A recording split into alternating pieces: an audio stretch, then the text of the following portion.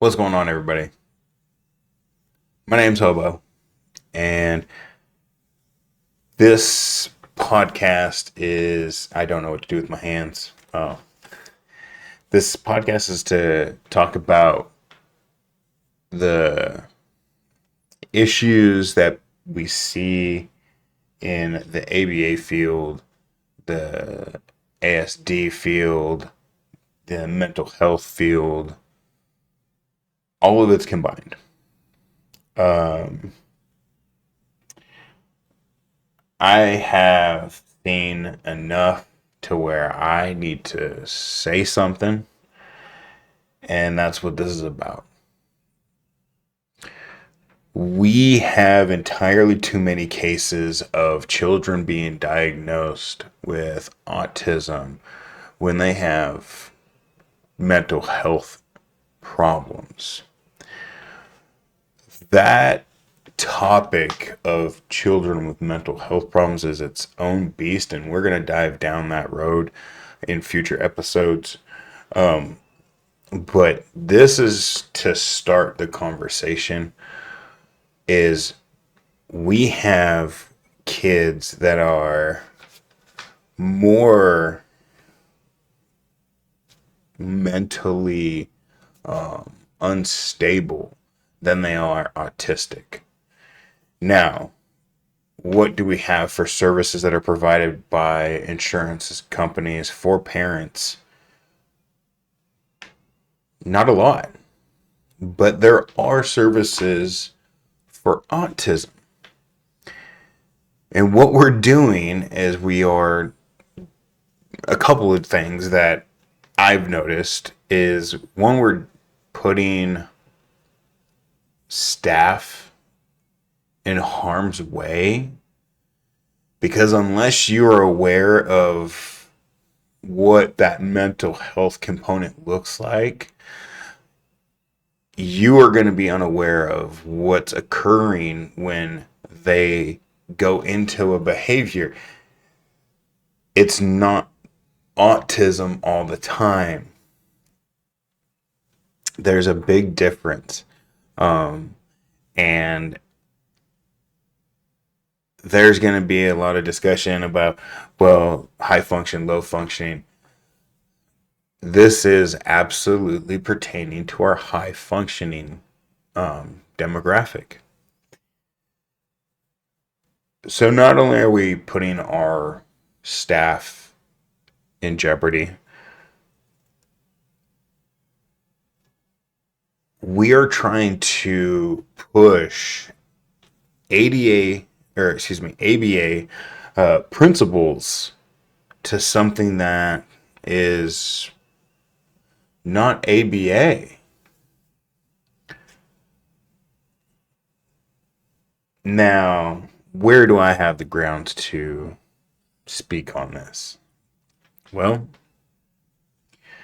I've been in the field now as a RBT just over a year with my recertification. Been in the youth mental health field for about 3 years now. My previous background was that of a first responder in many capacities, and I've always had a healthy interest for psychology.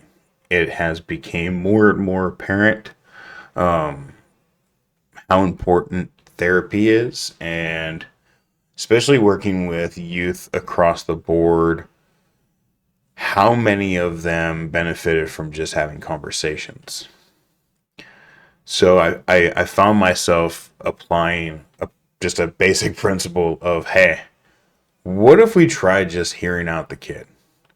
Let them actually talk. Hear what they say. Be in their corner. Now, where you have to have a good team, I'm very grateful to say I had a great team here in my later years. You have to bounce these findings off of your team, and you have to trust them. And so I would be the advocate for my client, but I was aware of the manipulation, right? That mental health component. But nonetheless, I still was there for my client and I heard them. In other components, we have not such a, excuse me, extreme rigidity. I've seen several cases now where there's just nothing in the eyes, and it's male or female, didn't matter. And we were the best option for these families before these, kids were going to go off to clinics that I can tell you they wouldn't understand. You have to understand both components. It is that there is components to them having autism. If they test and it's on the scale, then there is that. But we cannot say, oh, well, this kid had 10%. Say he landed in the 10%. 10% of him diagnosed into the autism. And so for that reason, we are going to implement all insurance services for XYZ, completely ignoring the other 90% that isn't treated. I'm sorry, guys. I got really bad allergies right now, so I'm trying not to scream on camera.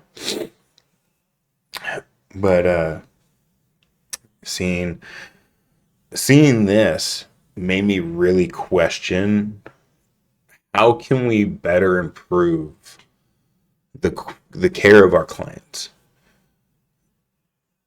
I worked at a really amazing clinic.